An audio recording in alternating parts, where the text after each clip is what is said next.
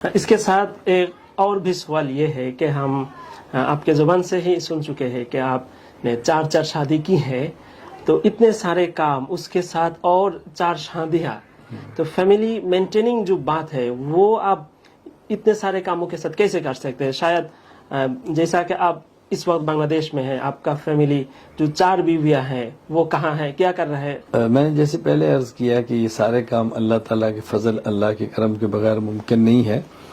میری جو پہلی شادی ہے ہمارے سرگودا کے بہت بڑے، بلکہ یہ کہا جائے کہ سب سے بڑے عالم مولانا عبدالجبار صاحب ہیں، ان کی بیٹی سے ہے، اور یہ میری شادی غالباً 93 کے اندر ہوئی تھی۔ اس سے اللہ نے بچے بھی دیے۔ جب میں نے مزید کام شروع کیا، اصلاح النساء کے نام سے مرکز قائم کیا اور خواتین کا بہت رجوع ہوا، تو میں نے خود اپنی پہلی اہلیہ کی مشاورت کے ساتھ یہ طے کیا کہ اگر بیوی ہوگی تو خواتین کو سنبھالنا آسان ہوگا، اگر میرے اور خواتین کے درمیان بیوی نہیں ہوگی تو کافی پیچیدگیاں پیدا ہوں۔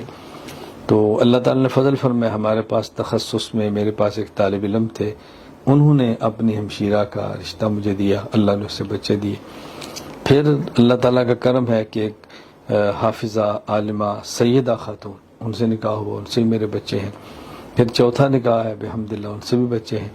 تو میرا شادیوں کا جو بنیادی مقصد تھا وہ یہ تھا کہ خواتین کام کریں۔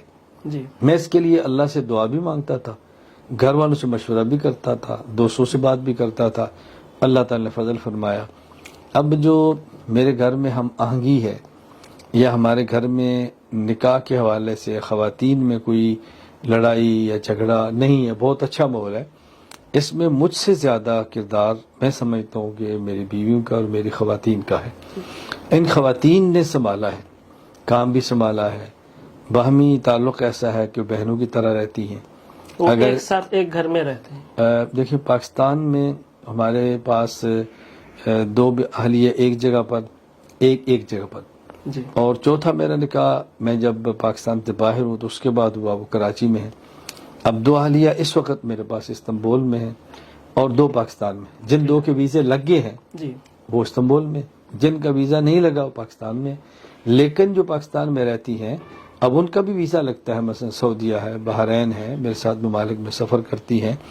اور پھر ایسا ہوتا ہے کہ جو ایک گھر والی اگر میرے ساتھ سفر کرتی ہے تو اس کے بچے دوسری اہلیہ سنبھالتی ہے۔ جی ایسے ہی ہوتا ہے۔ اور اب بھی مثلا بڑی جو دوسری اہلیہ سے بڑی بیٹی ہے وہ پڑھ رہی ہے تو اس کو میری تیسری اہلیہ نے سنبھالا ہے، وہ ان کی تیاری کرا رہی ہے، وہ ان کو سنبھال رہی ہے۔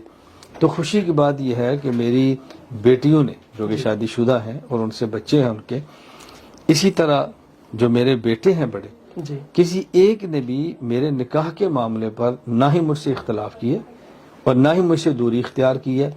خود میرے بھائیوں نے بھی مجھ سے اس معاملے پر اختلاف نہیں کیا، یعنی میرے بھائی یا میری بیویاں یا میری بیٹیاں یا میرے بیٹے سب اس معاملے میں ساتھ متفق ہیں۔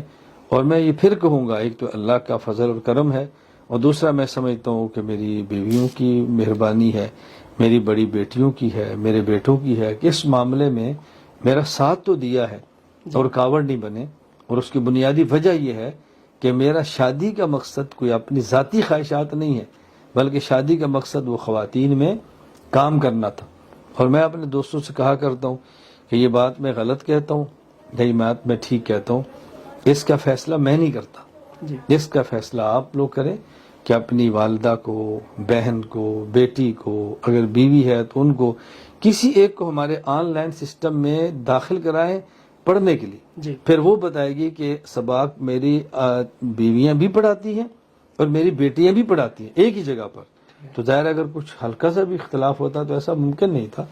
بہرحال یہ اللہ تعالیٰ کا فضل اور کرم ہے، اور میں سمجھتا ہوں کہ مجھ سے زیادہ میری گھر والیوں کا یہ کردار ہے کہ وہ باہمی اکٹھی رہتی ہیں، اور ان کے اکٹھا رہنے سے، ان کے باہمی محبت اور میرے ساتھ تعاون کرنے سے میرے دینی اسوار بہت اچھے رہتے ہیں۔ کبھی میرے کسی دینی سفر کے راستے میں الحمدللہ میری بیوی، میری بیٹی، میرا بیٹا کوئی بھی رکاوٹ نہیں بنا۔